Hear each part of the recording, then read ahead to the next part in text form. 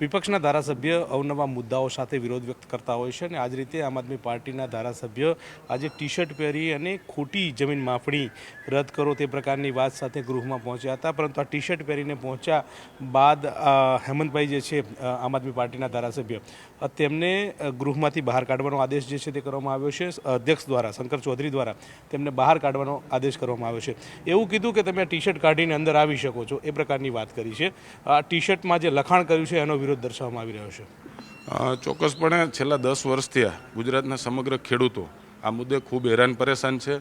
આ અંગે અવારનવાર જિલ્લા મથકે રજૂઆતો 100 કિલોમીટરથી પણ વધારેની 1000 ખેડૂતોને સાથે રાખી અને રેલી કર્યા બાદ પણ આ નિંભર તંત્રના પેટનું પાણી હલતું નહોતું. ત્યારે આજે વિધાનસભા ગૃહના ફ્લોર ઉપર ટી શર્ટ દ્વારા અમારા વિસ્તારનો સમગ્ર ગુજરાતના ખેડૂતોનો અવાજ બનવાનું જ્યારે હતું, ત્યારે અધ્યક્ષશ્રી દ્વારા આ પ્રદર્શિત અહીં ના કરી શકો એવું કહી અને સાર્જન્ટો દ્વારા મને બહાર કરવામાં આવ્યો છે. ત્યારે આગામી સમયમાં પણ હજી આ અંગે અમે અમારી માંગ અને અમારી લડાઈઓ ચાલુ રાખશું. શું માંગ હતી? શું માંગ મુદ્દે તમારા વિરોધ કરવો પડ્યો?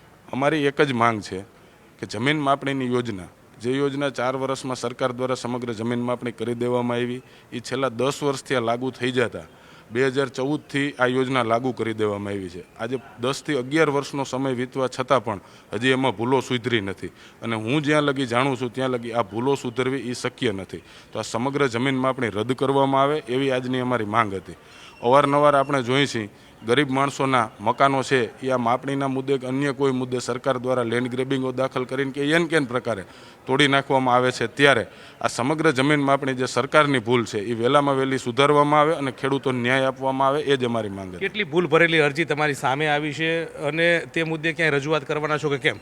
ગત મહિનાની જો વાત કરું તો ગત મહિને જિલ્લા સંકલનના પ્રશ્નમાં DLRને પ્રશ્ન પૂછતા માલુમ પડ્યું કે 10 વર્ષની અંદર 83,700 જેટલી અરજીઓ ખેડૂતો દ્વારા એકમાત્ર જામનગર જિલ્લામાં કરવામાં આવી છે અને 83,000 અરજીઓ પૈકી 13,400 જેટલી અરજીઓનો માત્ર સરકાર દ્વારા નિકાલ કરવામાં આવ્યો છે. બાકીની બધી અરજીઓ છે એ દફતરે કરી દેવામાં આવી છે.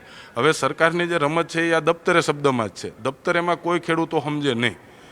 માની લ્યો કે દફતરે એટલે કે તમારી અરજી છે એ કાઢી નાખવામાં આવી છે. હવે તમારે જમીન માપણી કરવી હોય તો ફરીથી નવેસરથી અરજી કરવી પડે, એ રીતે દફતરે કરી દેવામાં આવી છે અને આવો લેટર માત્ર ખેડૂતોને લખી દેવામાં આવે છે. ત્યારે ખેડૂતોને છેતરવાનું આ સૌથી મોટું ષડયંત્ર છે. માત્ર ને માત્ર ભારતીય જનતા પાર્ટીના મળતિયાઓને લાભ અપાવવાના હેતુથી આ સમગ્ર જમીન માપણી છે એ રદ કરવામાં નથી આવતી. હવે આ ટી શર્ટ કાઢીને ફરીવાર ગૃહમાં જશો? ચોક્કસપણે આજે મહેસૂલ વિભાગની માગણીઓ છે. ગૃહની અંદર પણ આ ટી શર્ટ પહેરીને નહીં તો બીજું ટી શર્ટ પહેરીને પણ અમે અમારો અવાજ છે એ સરકાર સુધી ચોક્કસપણે પુગાડશું. આવનારા સમયની અંદર ખેડૂતો પણ આ અંગે ખૂબ જાગૃત થાય એના માટે થઈ અને જે ક્ષતિઓ છે એ અંગે માનનીય મુખ્યમંત્રીશ્રીનું તથા ગૃહનું ધ્યાન આ સમક્ષ દોરશું. ચોક્કસથી તો જે ટી શર્ટ પહેરીને આવ્યા હતા એ ટી શર્ટનો વિરોધ જે છે તે દર્શાવવામાં આવ્યો, તેને લઈને જે આમ આદમી પાર્ટીના ધારાસભ્ય છે હેમંતભાઈ આહિર તેમને બહાર કાઢવામાં આવ્યા અને હવે ટી શર્ટ કાઢવાની તેમને વાત છે તે કરવામાં આવી છે અને તે સિવાય અન્ય કોઈ ટી શર્ટ પહેરીને આવે તે પ્રકારની પણ વાત કરવામાં આવી છે. પંકજ મકવાણા સાથે ગૌતમ શ્રીમાળી, ન્યૂઝ 18 ગુજરાતી, ગાંધીનગર.